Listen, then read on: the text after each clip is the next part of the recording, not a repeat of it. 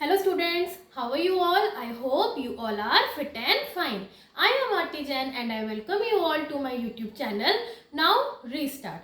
Students, हमने class 9th का chapter atoms and molecules शुरू किया हुआ है, जिसकी हमने प्रीवियस 2 वीडियोस में हमने एटम्स के बारे में अच्छे से पढ़ा है, जिसमें हमने एटम्स की एक ब्रीफ हिस्ट्री, लॉज ऑफ केमिकल कॉम्बिनेशंस पढ़े थे और इससे प्रीवियस वीडियो में हमने एटॉमिक मास, एटॉमिक रेडियस, ये सब कुछ कवर किया था। आई होप आप सब लोगों ने उसका अच्छे से रिविजन किया होगा, है ना। अगर आपको कोई भी डाउट आता है तो प्लीज़ मुझे कमेंट सेक्शन में ज़रूर बताइए। जिन भी बच्चों ने मेरी वो वीडियोस नहीं देखी हैं, डिस्क्रिप्शन में आपको लिंक दिया गया है, प्लीज़ उन वीडियोस को ज़रूर देखिए। और अगर आपको मेरे चैनल से या मेरे पढ़ाने से कोई हेल्प मिलती है तो मेरे चैनल को लाइक, शेयर और सब्सक्राइब ज़रूर कीजिए और बेल आइकन को भी ज़रूर प्रेस कीजिए, ताकि आपको मेरी अपकमिंग वीडियोस की टाइमली नोटिफिकेशन मिलती रहे। स्टूडेंट्स, आज के सेशन में हम लोग जो टॉपिक कवर करेंगे वो है मॉलिक्यूल्स। ठीक है, अगर आपको एटम्स अच्छे से समझ में आ गया तो मॉलिक्यूल्स आपके लिए बहुत इजी टॉपिक है। तो चलिए जल्दी से रीस्टार्ट करते हैं अपने एटम्स एंड मॉलिक्यूल्स की जर्नी को आज के टॉपिक मॉलिक्यूल्स के साथ। क्या होते हैं मॉलिक्यूल्स? जैसे कि आपने एटम्स पढ़ा था, एटम्स क्या था? Building blocks of an element, एक एलिमेंट का वो छोटा सा छोटा पार्टिकल जिसको हम और डिवाइड नहीं कर सकते, और वो एक बिल्डिंग ब्लॉक होता है, उसको स्टैक अप करने के बाद ही एक एलिमेंट बनता है या एक मैटर बनता है। यही पढ़ा था हमने प्रीवियस वीडियो में, है ना। तो मॉलिक्यूल्स क्या होते हैं? जब 2 या 2 से ज़्यादा एटम्स एक साथ ग्रुप हो जाते हैं, एक साथ ज्वाइन हो जाते हैं एक केमिकल बॉन्ड के साथ। ठीक है, वो केमिकल बॉन्ड क्यों बनाते हैं? क्योंकि उनके बीच में स्ट्रॉन्ग फोर्सेस ऑफ अट्रैक्शन होता है ना। अट्रैक्शन की वजह से उनके बीच में केमिकल बॉन्ड बनता है जब, ठीक है, तो इसी को हम कहते हैं मॉलिक्यूल। ठीक है बच्चों, तो मॉलिक्यूल्स क्या होते हैं? मॉलिक्यूल्स को हम लोग लिख सकते हैं group of 2 or more atoms that are chemically bonded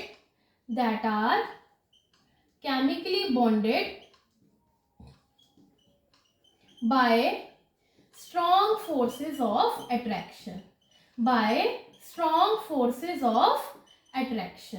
ठीक है, ये चीज समझ में आ गई कि स्ट्रॉन्ग फोर्सेस ऑफ अट्रैक्शन की वजह से एक 2 या 2 से ज्यादा एटम्स के बीच में जो बॉन्ड बनता है, ठीक है, तो उसके बाद जो पार्टिकल आता है उस पार्टिकल को हम लोग कहते हैं मॉलिक्यूल्स। फॉर एग्जांपल, अगर मैं हाइड्रोजन की बात करूं, हाइड्रोजन का एक एटम हाइड्रोजन के दूसरे एटम के साथ क्या करेगा? बॉन्ड बनाएगा। ठीक है, बॉन्ड बनाने के बाद वो नेचर में H2 के फॉर्म में एग्जिस्ट करता है, तो इसे हम कहते हैं हाइड्रोजन का एक molecule, one molecule of hydrogen. ठीक है, तो जो मॉलिक्यूल है वो सेम एटम्स में भी बन सकता है या फिर डिफरेंट एलिमेंट्स के एटम्स में भी बन सकता है। फॉर एग्जाम्पल, अगर मैं हाइड्रोजन के साथ क्लोरीन का बॉन्ड बना दूं, ठीक है, तो ये क्या बन जाएगा? ये बन जाएगा one molecule of hydrochloric acid बन जाएगा कि नहीं बन जाएगा? तो सेम एटम्स भी हो सकते हैं, ठीक है, डिफरेंट एलिमेंट्स के एटम्स भी हो सकते हैं। जैसे अब अगर एक और एग्जांपल लें, अगर हम वाटर बनाए H और O से, यानी हाइड्रोजन और ऑक्सीजन के एटम से, तो वाटर का मॉलिक्यूल बन जाएगा। ठीक है, अब क्योंकि एटम्स का हमने पढ़ा था कि वो इंडिपेंडेंट एग्जिस्टेंस नहीं रखते, है ना, बहुत कम एलिमेंट्स के एटम्स होते हैं जो कि इंडिपेंडेंटली एग्जिस्ट करते हैं, लेकिन जो मॉलिक्यूल्स होते हैं वो क्या करते हैं बच्चों? वो इंडिपेंडेंटली एग्जिस्ट कर सकते हैं। जैसे हाइड्रोजन के एटम की मैं बात करूं, हाइड्रोजन का एटम नेचर में H के फॉर्म में, यानी कि इंडिपेंडेंट एग्जिस्टेंस इसकी नहीं है, ठीक है, वो हमेशा डायटॉमिक फॉर्म में, यानी कि एक मॉलिक्यूल के फॉर्म में ही नेचर में एग्जिस्ट करता है। तो यानी कि हम मॉलिक्यूल की डेफिनेशन लिख सकते हैं कि a molecule can B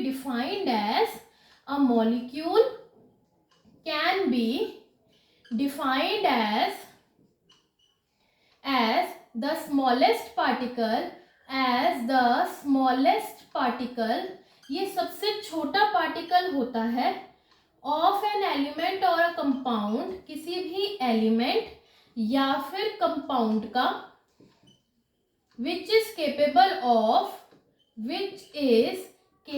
of independent existence, which is capable of independent existence, यानी कि उसके अंदर इंडिपेंडेंट एग्जिस्टेंस होगी ही होगी, वो इंडिपेंडेंटली एग्जिस्ट कर सकता है नेचर में, है ना। And shows the similar chemical properties of the substance, similar chemical properties of the substance, यानी कि जो भी आपका ऑफ द मॉलिक्यूल या ऑफ द कंपाउंड और एलिमेंट,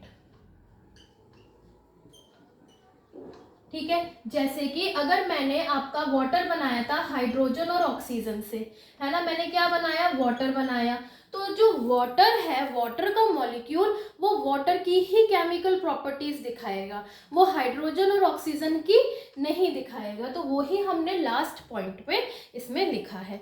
आई होप आपको अब ये डेफिनेशंस अच्छे से क्लियर हो गई होंगी कि मॉलिक्यूल क्या होता है, ग्रुप ऑफ एटम्स होता है जो कि स्ट्रांगली बॉन्डेड होते हैं with strong forces of attraction and they are capable of independent existence and they shows the similar chemical properties of the compound और एलिमेंट।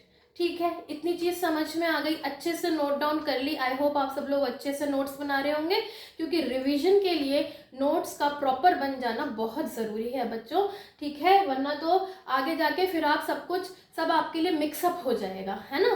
तो अच्छे से नोट्स बनाइए।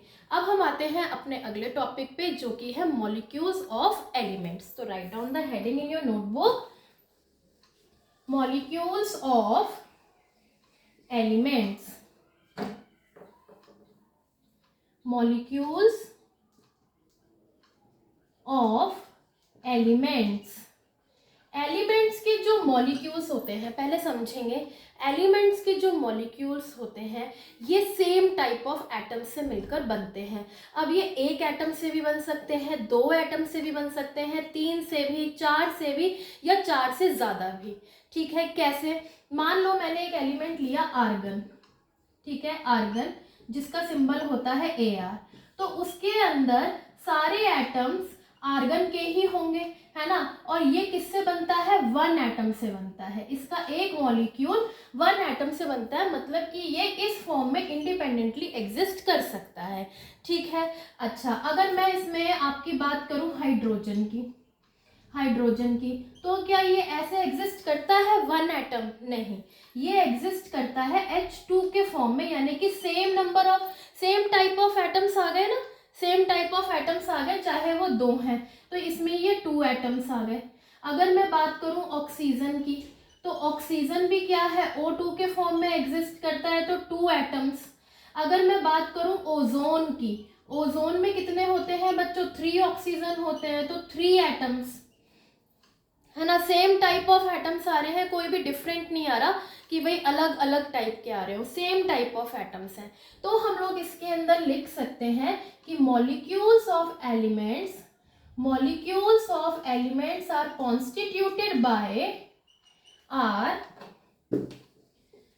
कॉन्स्टिट्यूटेड बाय किससे कॉन्स्टिट्यूटेड होते हैं, are constituted by same type of atoms, same होने चाहिए, चाहे नंबर कितने भी हो, but same type of atoms होने चाहिए। ये चीज आप लोगों को समझ में आ गई, सेम टाइप ऑफ एटम्स होने चाहिए एलिमेंट्स के लिए, ठीक है। फिर हम लिख सकते हैं कि molecules of elements are made up of, molecules of elements are made up by, इसमें बहुत सारे टाइप्स हो सकते हैं आपके, है ना, इसमें हमारे बहुत सारे टाइप्स हो सकते हैं। Made up by only one atom, एक ही एटम से भी बन सकते हैं, है ना, by two atoms, by three atoms, 3 atoms से भी बन सकते हैं, अभी अभी मैंने आपको एग्जांपल्स भी दिए, 4 एटम्स से भी बन सकते हैं, या फिर मोर देन 4 एटम्स,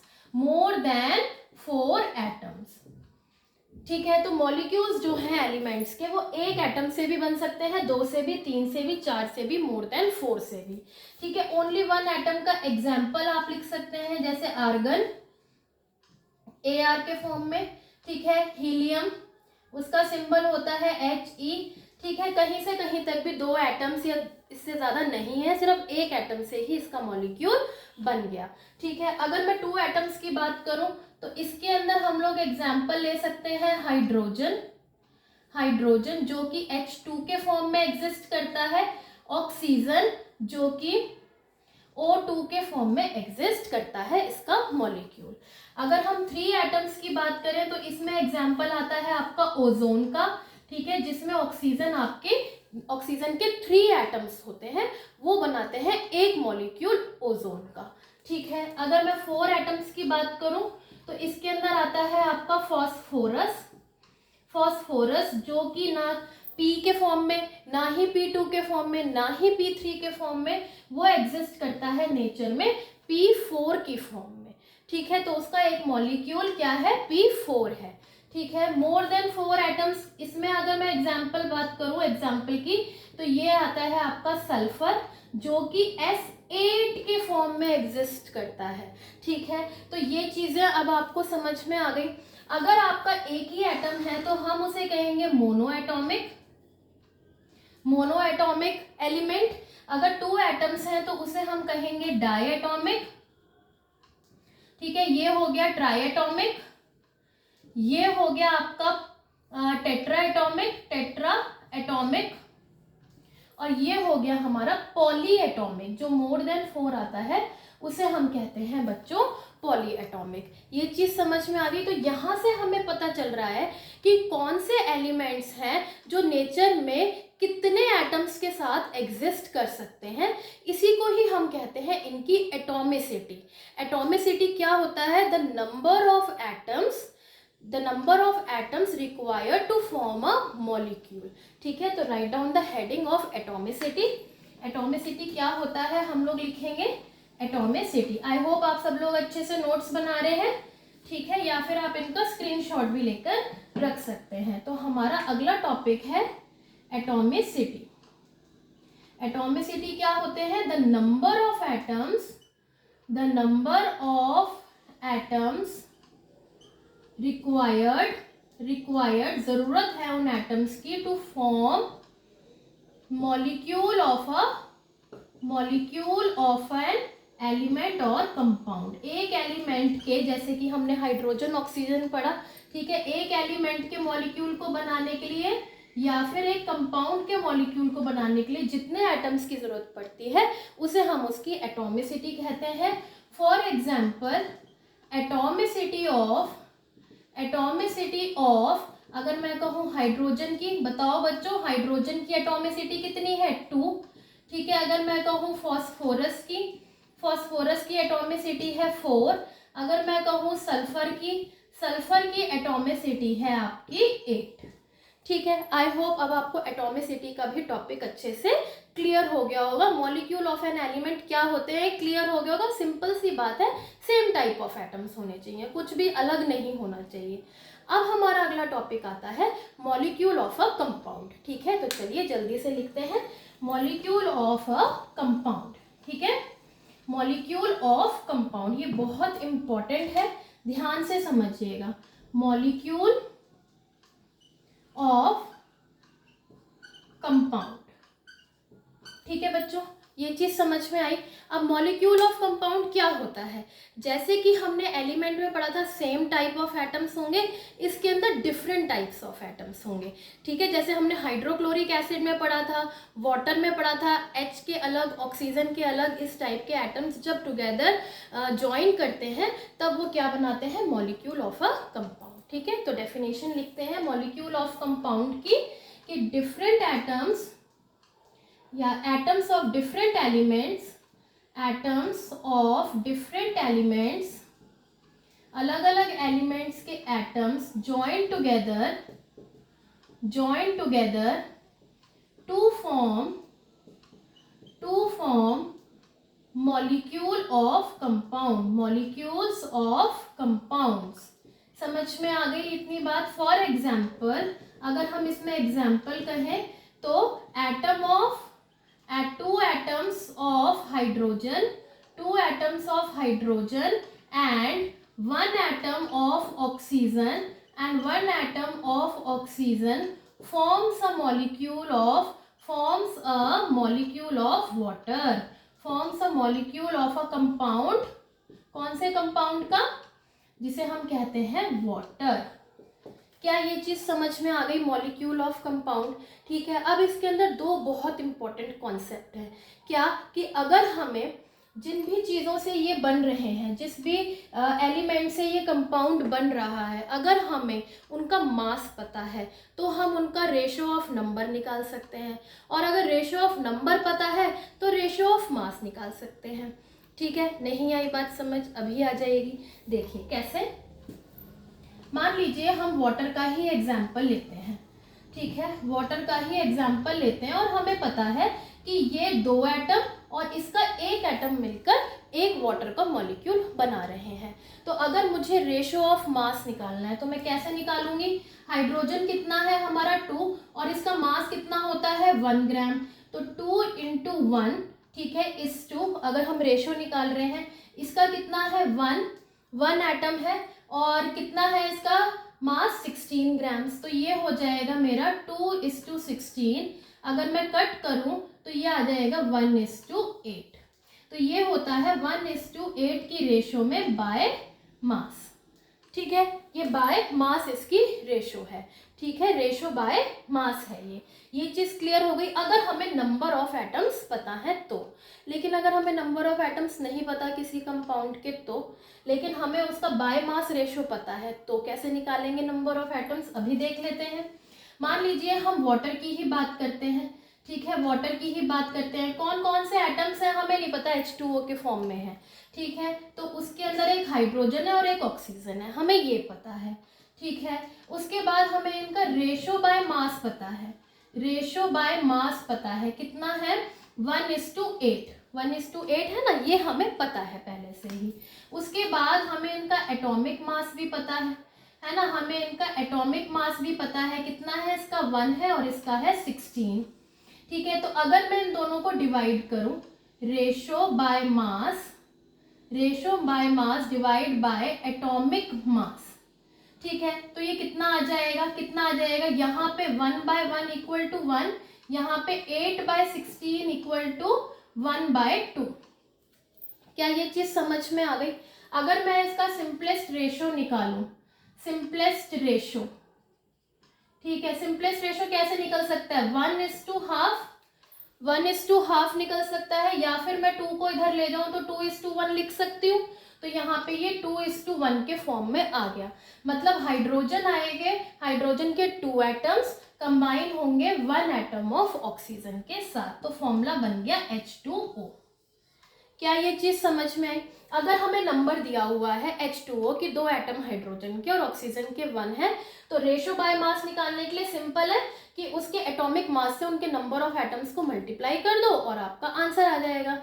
लेकिन हमें नंबर नहीं पता, हमें रेशो बाय नंबर ढूंढना है। ये क्या है, ratio by number, ratio by number, और ये है हमारा रेशो बाय मास, ये है हमारा रेशो बाय मास। क्या ये दोनों टॉपिक्स आपको अच्छे से क्लियर हो गए।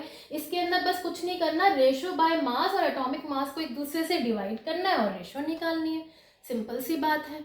आ गई बात समझ में, कोई डाउट तो नहीं है, अब क्रिस्टल क्लियर हो गई चीजें। अब हम इसका अगला टॉपिक पढ़ते हैं जो कि आज के सेशन का हमारा लास्ट टॉपिक होगा बच्चों, वो है हमारा आयंस। ठीक है, तो जल्दी से हेडिंग डालिए आयंस, जल्दी से हेडिंग डालिए ions.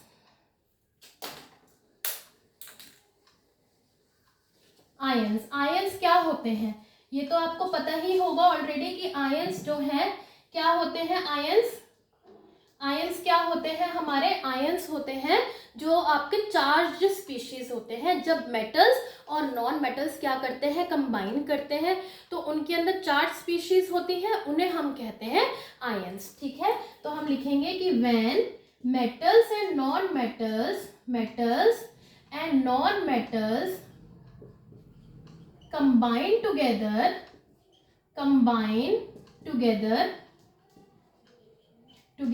they form charged species,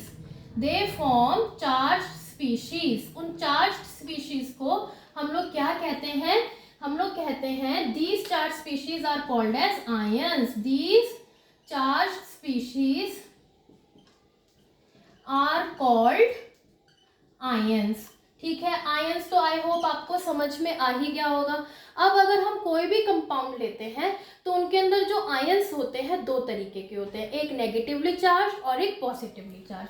तो आयंस जो हैं हमारे कितने तरीके के होते हैं बच्चों? दो तरीके के। एक होते हैं पॉजिटिवली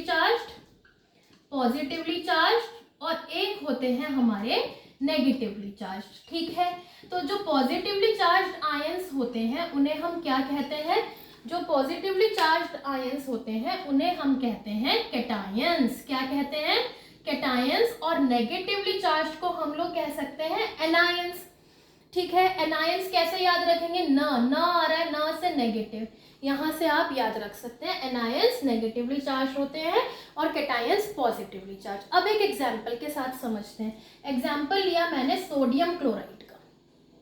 ठीक है, सोडियम क्लोराइड का एग्जाम्पल लिया तो उसके अंदर पॉजिटिव चार्ज यानी कि कैटायंस है हमारे Na पॉजिटिव, और हमारे जो क्लोराइड आयंस है वो है negatively charge particles, negatively charge ions यानी एनायंस जो कि है Cl नेगेटिव। अगर मैं कैल्शियम सल्फेट लूँ, एक और कंपाउंड लेते हैं, चलो आ जाओ देखते हैं। तो कैल्शियम का क्या होगा? कैल्शियम का होगा Ca2 पॉजिटिव और यहाँ पे सल्फेट का क्या होगा? SO4 negative. ठीक है, ये चीज समझ में आ गई। अब एक चीज नहीं समझ में आ रही मैम कि ये तो आ गया कि पॉजिटिव नेगेटिव होते हैं, एक पॉजिटिव एक नेगेटिव, लेकिन Na के ऊपर तो सिंगल पॉजिटिव है, कैल्शियम के ऊपर 2 पॉजिटिव है, यहाँ पे पूरे ग्रुप के ऊपर ही 2 नेगेटिव है। ये क्या हो रहा है? ठीक है, ये इसलिए हो रहा है बेटे क्योंकि इनकी वैलेंसीज इतनी है। ठीक है, सोडियम की वैलेंसी आपकी 1 है +1 और कैल्शियम की है +2। वैलेंसी क्या होता है ये हम अपनी नेक्स्ट वीडियो में पढ़ेंगे।